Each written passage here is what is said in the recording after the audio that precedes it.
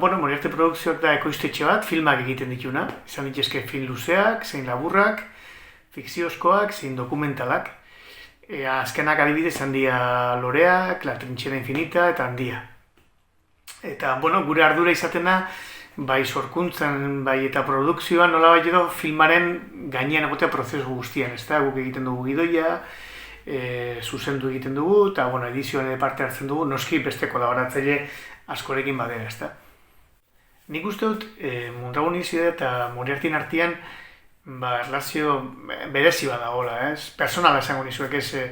Alde batetik gu hor urte askoen ibili gara klasiek ematen, oso gustora gainea, eta hortaz gain guk MU-ra ere askotan jo dugu. Ze guk grabaketatan dauden 100 lan postu eta lan mota desberdinetatik bai behar zaten dugu askotan MU-ren ikasleen profilak, ezta?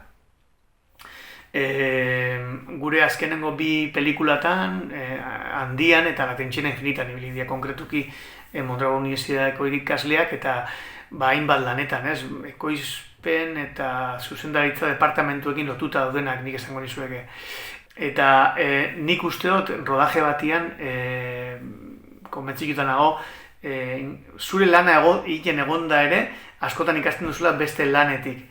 Agian ez lehenengo gunean, ez da bigarrenean, ez da laugarrenean ere, baina astebetera ja kuriosidade askorekin eta ikasle batek hori behar du, ez da kuriosidade asko, gauza asko ikasten dira, ez da?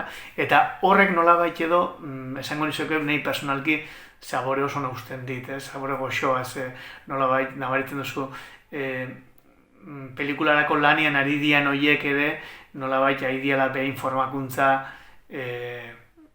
betetzen edo, ez dakit, bere formakuntzan pausoak gehiago ematen, esango nuke.